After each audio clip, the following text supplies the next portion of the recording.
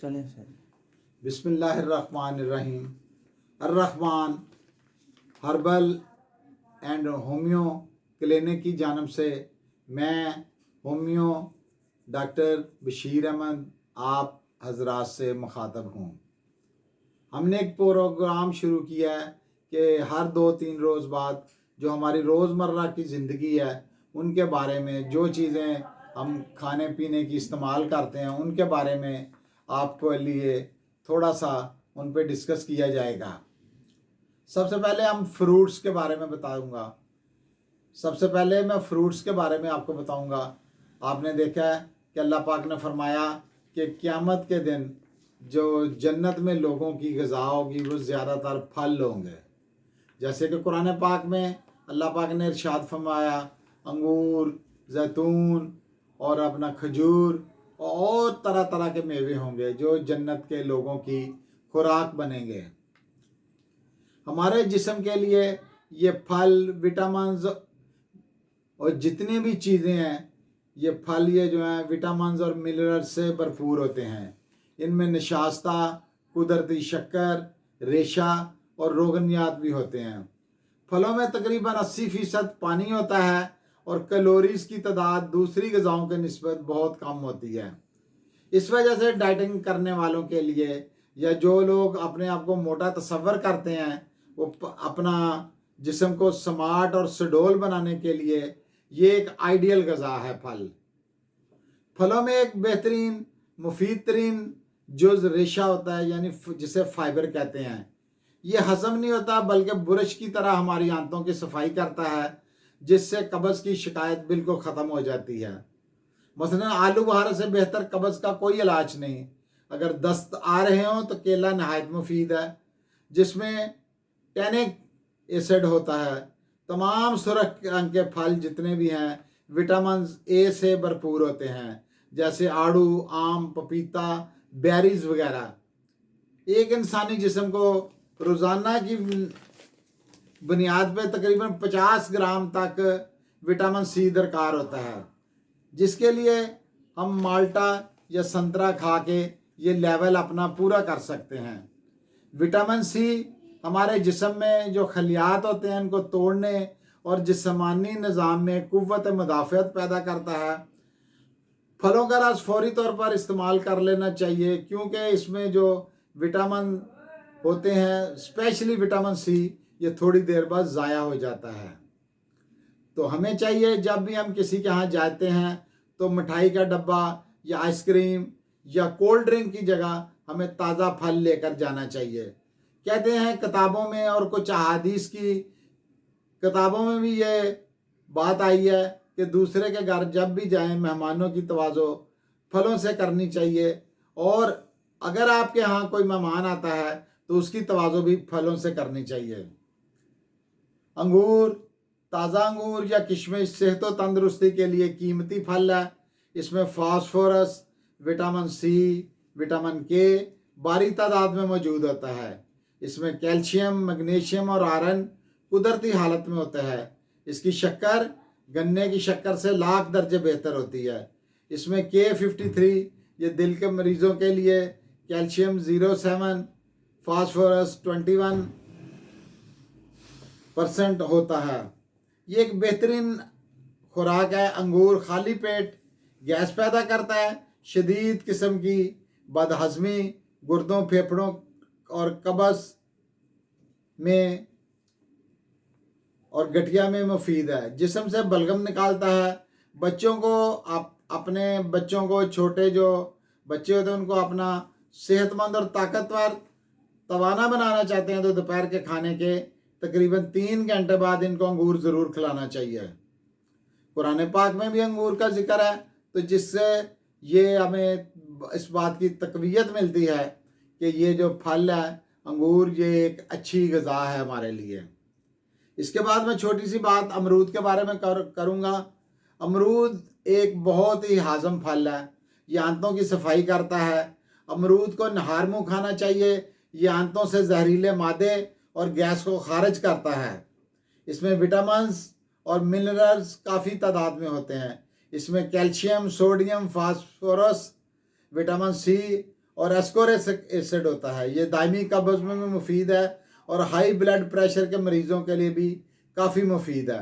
और दूसरी बात यह है कि ये अमरूद जो है हमारा एक पाकिस्तान में आम मिलने वाला फल है और ये इतना महंगा भी नहीं होता है। ये नॉर्मली 100-80 रुपये किलो में भी दस्तयाब होता है, जिससे हम इस्तेमाल करके अपने पेट को बेहतर रख सकते हैं और हमारी आंतों की सफाई भी बेहतर तरीके से हो सकती है। अब हम आते हैं एक और फल की तरफ, सेब जिसे कहते हैं। एक अंग्रेजी का मकूला है, an apple a day keeps doctor away. ये एक बेहतरीन दिमागी ग़िज़ा है। इसमें विटामिन बी, सी, B2 होता है। इसके छिलके में विटामिन ई होता है। ये दिल को बहुत ताकत और तक़वियत देता है। इसमें पेक्टिन होता है जो काफ़ी तादाद में कोलेस्ट्रोल को कम करता है। फास्फोरस और आयरन ज़्यादा होता है जो कि हमारे खून को साफ़ करता है और दिमाग के लिए भी काफ़ी मुफीद होता है। सेब को छिलके समेत खाना चाहिए। सुबह के वक्त एक सेब खाकर ऊपर से दूध पी लिया जाए तो ये बहुत बेहतर होता है, हमारे जिस्म के लिए बहुत ही बेहतर ग़िज़ा है। ये आपके लिए मैं छोटी छोटी चीज़ें डिस्कस कर रहा हूँ जो हमारी रोज़मर्रा ज़िंदगी के में इस्तेमाल में आती हैं। मैं आप लोगों से एक गुजारिश करूँगा कि अपना इसको लाइक भी करें और इसका घंटी का बटन भी दबा दें ताकि आइंदा भी जो भी ऐसी हम वीडियो बनाएं तो आपको टाइम टू टाइम मिलती रहे। और इसमें से और जो आप हमें इसका फीडबैक भी दे दिए कि अगर कोई चीज़ रह जाती है तो आइंदा के लिए हम उन चीज़ों के लिए भी नज़र रखें और उनको बेहतरी की तरफ ये सफ़र हमारा ना गामज़र रहना चाहिए। अब आते हैं हम माल्टे की तरफ, जिसे इंग्लिश में ऑरेंज कहा जाता है। इसमें विटामिन सी काफ़ी मिकदार में होता है। इसमें vitamin A, B, C, D पाए जाते हैं। ये कब्ज़ कुशा होता है। ये मैदे की तज़ाबियत को दूर करता है, कलेजे की जलन और खून की तज़ाबियत की भी दूर करता है। जिल्दी अमराज के लिए इंतहाई मुफीद है। हमारे नबी सल्लल्लाहु अलैहि वसल्लम ने भी फरमाया कि जिसमें भी खून की कमी होती है या अपना कुछ पेट के अवारज होते हैं उनके लिए माल्टा जो ना एक अक्सीर का दर्जा रखता है। इसको संतरा भी कहते हैं। आजकल जैसे किन्नू है तो ये तमाम जितने भी फल हैं इसकी फैमिली के माल्टा, किन्नू और अपना ये संतरा, ये एक ही विटामिन सी का मंबा है। अभी एक और फल के बारे में बताता हूँ, खरबूजा। ये बदन में खून और रोगनी मादा पैदा करता है। इसमें कुदरती शक्कर, पोटाशियम, तांबा और विटामिन ए भी होते हैं। ये गुर्दों की सफाई करता है और बदन में कुव्वत और एनर्जी पैदा करता है। इसे हमेशा दोपहर के बाद खाएं, पहले या बाद में नहीं। इसमें फास्फोरस, कैल्शियम और निशास्ता पाया जाता है। कहते हैं जिन लोगों को पेशाब की तकलीफ होती है, पेशाब जल के आता है, या जिन लोगों के कुछ लोगों के गुर्दों में पथरी पाई जाती है तो ये पथरी जो है ना कैल्शियम ऑक्सलेट की वजह से बनती है। तो इसके लिए ये जो अपना इसके छिलके होते हैं, काफ़ी सारे जो दवाखाने हैं वो इसके छिलकों का पाउडर बना के तो ये पथरी दूर करने के लिए या पेशाब की तकलीफ़ के लिए या पेशाब की जलन के लिए इस्तेमाल करते हैं।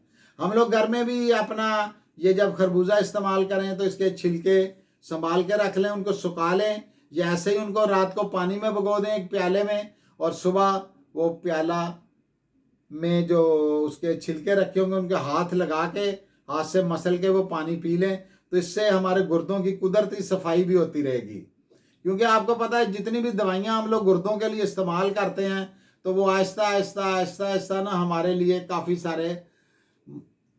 सारे हमारे लिए ना मुश्किलात पेश कर देती हैं, जिनकी वजह से हमारे छोटे छोटे मामलात जो हैं या हमारा जो जिस्मानी निज़ाम है उसमें काफ़ी सारी प्रॉब्लम शुरू हो जाती हैं। तो इस वजह से जो कुदरती चीज़ें होती हैं वो एक बेहतर ग़िज़ाई तौर पे काम करती हैं। अब आते हैं हम अंजीर, जिसे इंग्लिश में फिग कहते हैं।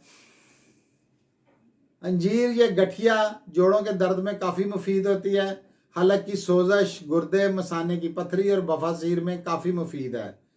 इसके इस्तेमाल से आंतें नरम रहती हैं। अंजीर रात को 3-4 दाने पानी में भिगो दें और सुबह उठकर नहार मुँह ये अंजीर खा लें और ये बचा हुआ पानी पी लें।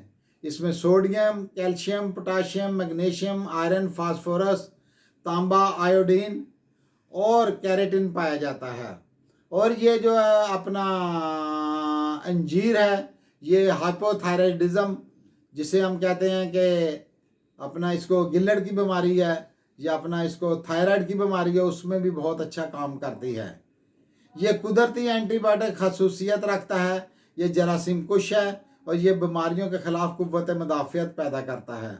इसमें vitamin A, B, C, D कम मिकदार में होते हैं। ये कमर के दर्द में बहुत मुफीद है और ये खून की नालियों से कोलेस्ट्रोल को भी निकालता है। और इसका भी, अंजीर का भी कुरान पाक में जिक्र है।